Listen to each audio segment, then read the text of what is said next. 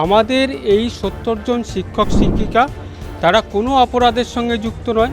তারা যোগ্যতার সঙ্গে পরীক্ষা দিয়ে উত্তীর্ণ হয়ে তারা চাকরি পেয়েছিলেন, শিক্ষকতার দায়িত্ব পেয়েছিলেন। চাকরি চলে যাবে, তাহলে এটাকে কি করে আমরা মেনে নিতে পারি যে হ্যাঁ চাকরি বা পরীক্ষায় বসবো? সোমা দাসের ক্ষেত্রে যেমনটি হয়েছে, তিনি ক্যান্সার রোগী হয় যে ছাড়টি পেয়েছেন, আমাদের ক্ষেত্রেও আমরা চাই সরকার সেটি অন্তর্ভুক্ত করে কোর্টের কাছে আবেদন জানাক। তারা কোনো আশ্বাস বাণী আমাদের দেননি। তারা বলেছেন আমাদের কিছু করার নেই, শিক্ষা দপ্তর যা বলবে আমরা শুধু তাই করছি, আমাদের হাতে কিছু নেই। যদি আমাদের কোনোভাবে চাকরিহারা কেউ হন আমাদের শিক্ষক শিক্ষিকাদের মধ্যে, তাহলে সরকার যেন তার পারিবারিক এবং আর্থিক দায়িত্ব সসম্মানের সঙ্গে পূর্ণভাবে গ্রহণ করে। যদি পাশ না করি, আমার রাইটার সঠিক পেলাম না, রাইটার যা ভুলভাল করলো, পরীক্ষার ওয়েমার ক্যান্সেল হয়ে গেল, এরকম আগেও আমাদের হয়েছে, আমাদের এই অভিজ্ঞতা আছে।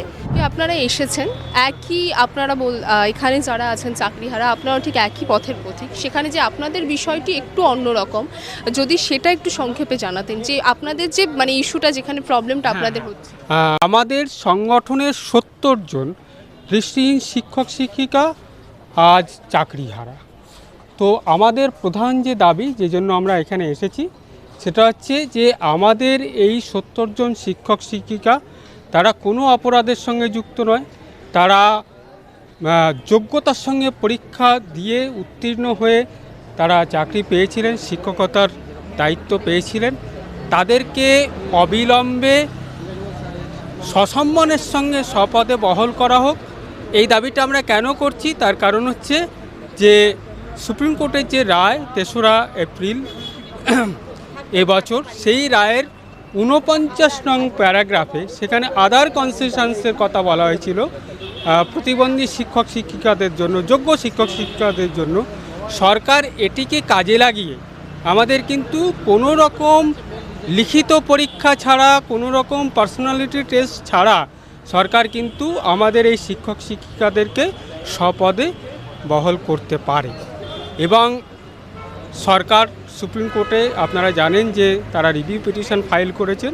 সেখানে আমাদের বিষয়টি সোমা দাসের ক্ষেত্রে যেমনটি হয়েছে, তিনি ক্যান্সার রোগী হয় যে ছাড়টি পেয়েছেন, আমাদের ক্ষেত্রেও আমরা চাই সরকার সেটি অন্তর্ভুক্ত করে কোর্টের কাছে আবেদন জানাক। এবং নিশ্চয়ই সেক্ষেত্রে কোর্ট নিশ্চয়ই আমাদের পক্ষে সদর্থক ভূমিকা গ্রহণ করবে, আমাদের এই প্রত্যাশা রয়েছে। দ্বিতীয়, আচ্ছা, আমরা প্রিন্সিপাল সেক্রেটারি স্কুল এডুকেশন, সেখানে আমরা জমা দেব। আমরা প্রতিবন্ধী কমিশনে জমা দেব আমাদের যে স্মারকলিপি রয়েছে। আমরা কমিশনার স্কুল এডুকেশন এই দপ্তরেও, ওনার কাছেও আমরা এই স্মারকলিপি, আমাদের স্মারকলিপি জমা দেব।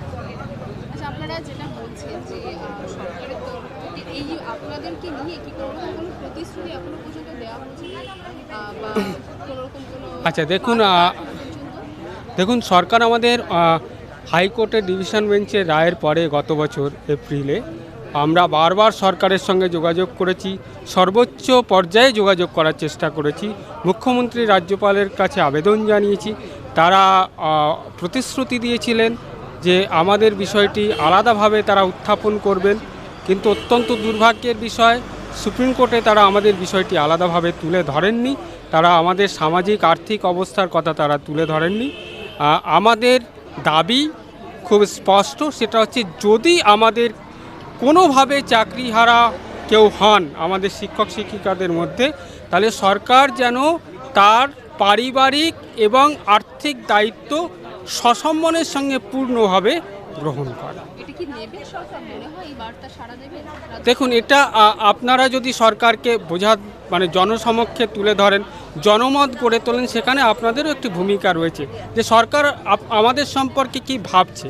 সেটা যদি আপনারা সরকারের কাছে যান, সরকারকে গিয়ে একটু জিজ্ঞাসা করেন, সরকারকে বাধ্য করেন, গণমাধ্যমের একটি বিরাট ভূমিকা রয়েছে জনসমাজকে সচেতন করার।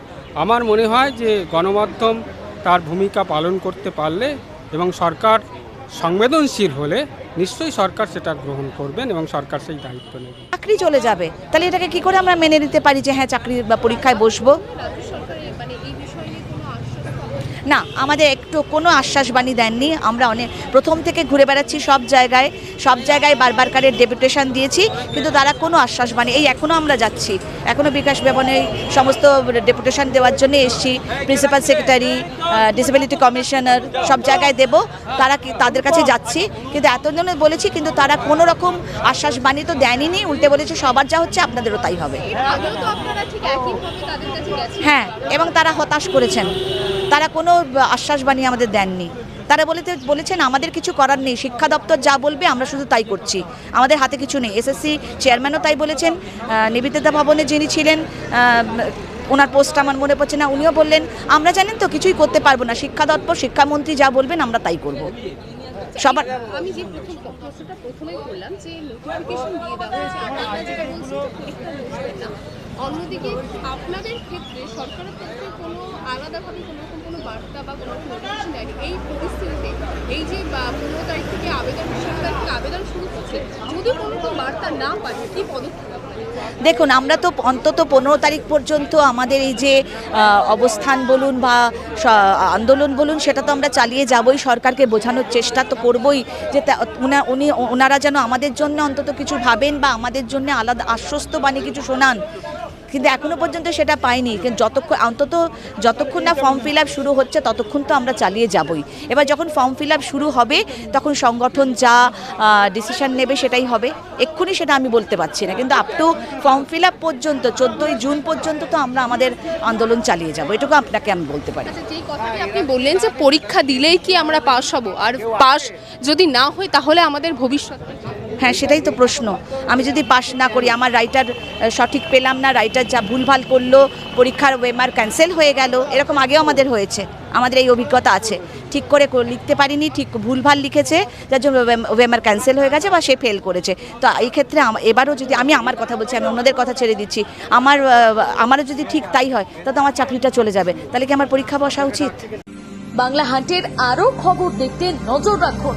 বাংলা খবর মানেই বাংলা হান্ট।